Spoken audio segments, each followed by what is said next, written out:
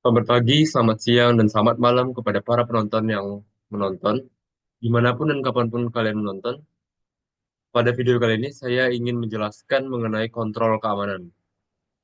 Dan kontrol keamanan ini akan saya lebih spesifikkan dalam beberapa kategori, yaitu preventive control, detective control, dan corrective control. Sebelumnya, perkenalkan nama saya David Hamonangan Sirait, dan NIM saya 43322010062.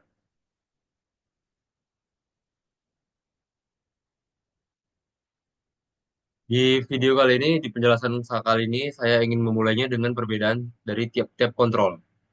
Yang pertama, preventive control. Seperti yang kita ketahui, preventif atau bahasa Indonesianya mencegah, itu tujuannya adalah untuk mencegah insiden keamanan sebelum terjadi. Dan karakteristiknya itu dirancang untuk menghindari atau menghalangi akses atas tindakan yang tidak sah. Lalu dia juga bekerja di awal siklus ancaman, yang dinamakan juga mencegah, maka itu dilakukan di awal siklus ancaman. Dan ini bersifat proaktif. Dua, detektif kontrol. Detektif kontrol yang kita ketahui juga artinya adalah mendeteksi. Jadi tujuan dari detektif kontrol ini itu untuk mendeteksi dan mengidentifikasi kejadian keamanan saat atau setelah terjadi. Karakteristiknya memberikan informasi bahwa suatu pelanggaran telah terjadi. Tidak mencegah insiden, tapi memberikan wawasan dan respons yang cepat. Bersifat reaktif, tapi penting untuk investigasi. Yang ketiga, corrective control. Artinya adalah membenarkan. Jadi tujuannya itu adalah untuk memulihkan atau memperbaiki sistem setelah insiden terjadi, mencegah insiden serupa terulang di masa depan. Karakteristik karakteristiknya dilakukan setelah insiden ditemukan dan fokus pada mitigasi dampak, pemulihan operasi dan pencegahan kejadian serupa. Nah, di sini saya perjelas lagi dalam bentuk tabel. Jadi jika dilihat berdasarkan aspek waktu, preventif memiliki sifat seperti sebelum insiden, detektif saat atau setelah insiden, dan korektif setelah insiden. Dari segi aspek tujuan, preventif itu mencegah, detektif itu mendeteksi, korektif itu memperbaiki dan memulihkan.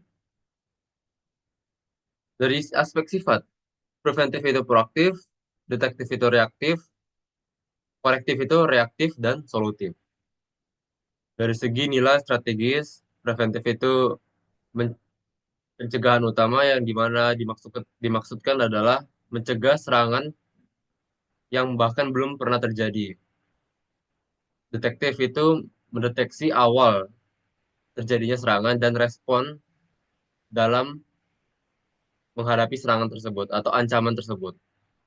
Korektif itu perlindungan jangka panjang, sehingga ancaman yang sudah terjadi diharapkan tidak terulang di masa yang akan mendatang. Contoh skenarionya, saya mengambil contoh skenario yaitu serangan ransomware, di mana ransomware itu adalah mengenkripsi semua data-data yang ada dalam suatu sistem. Dalam kontrol preventif, implementasinya itu adalah pelatihan karyawan tentang phishing, sehingga karyawan tidak mengklik link yang tidak diketahui sumbernya dari mana, ataupun link yang mencurigakan. Lalu yang kedua, email filter dan anti-spam. Ketiga, endpoint protection. Peran preventif dalam skenario ini adalah mencegah user agar tidak mudah tertipu, seperti phishing. Lalu kedua, memblokir email berbahaya sebelum masuk inbox. Jenis kontrol yang kedua itu adalah detektif.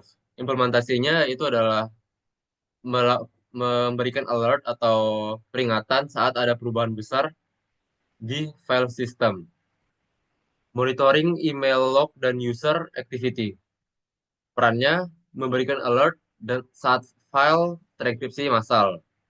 Jadi memang file transkripsi itu memang normal. Tapi jika file transkripsi itu massal, bahkan ketika file-file itu pun tidak sesuai dengan apa yang kita inginkan untuk dienkripsi, itu perlu menjadi perhatian dan itu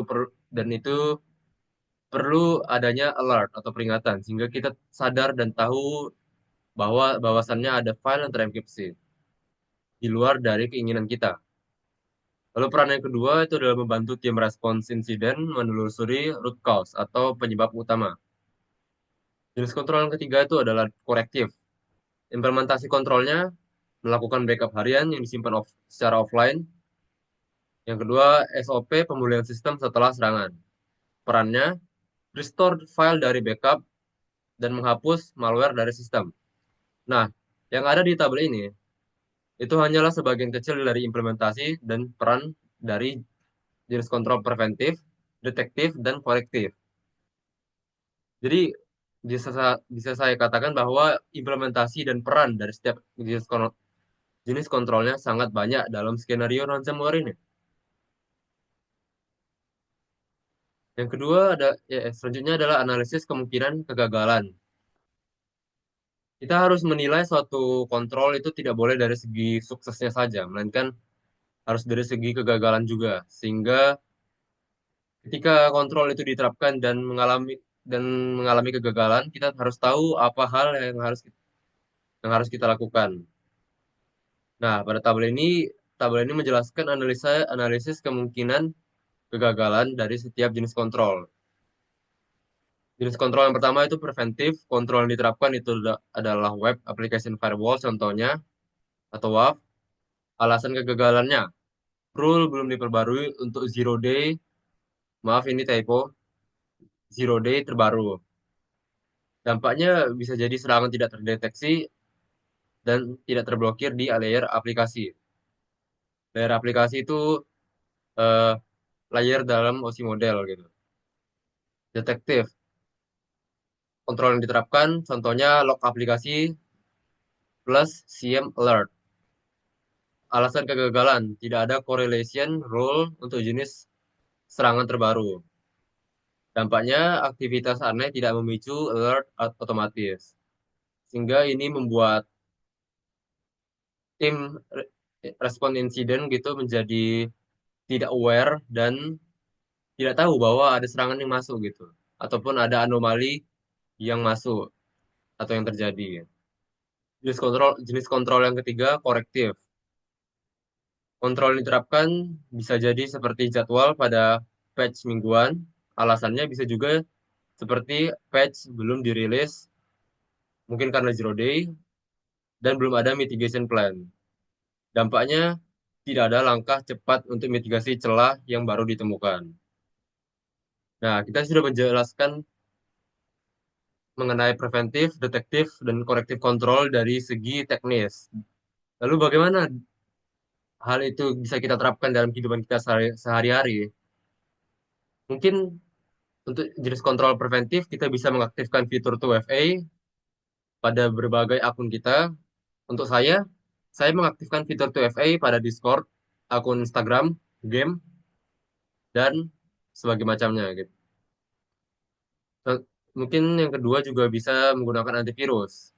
Banyak antivirus zaman sekarang sudah banyak antivirus yang dikembangkan oleh berbagai perusahaan. Salah satunya mungkin seperti Smadap. Lalu yang kedua, detektif. Contohnya itu seperti notifikasi login dari perangkat tidak dikenal.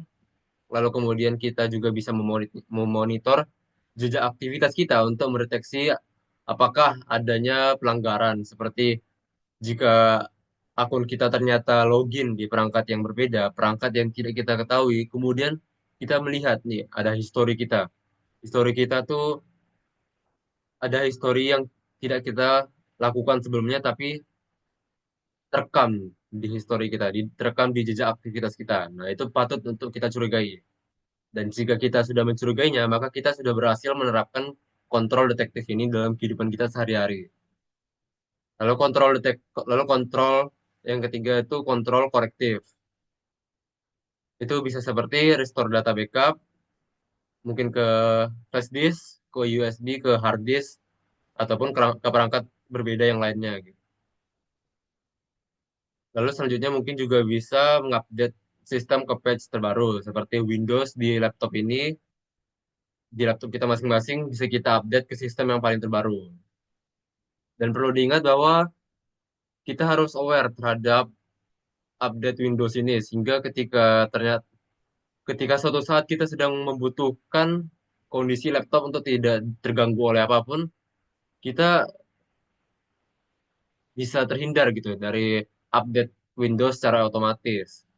Jadi update Windows ini harus dilakukan jauh-jauh hari sebelum kita membutuhkan kondisi di mana perangkat kita masing-masing itu dalam keadaan tidak terganggu.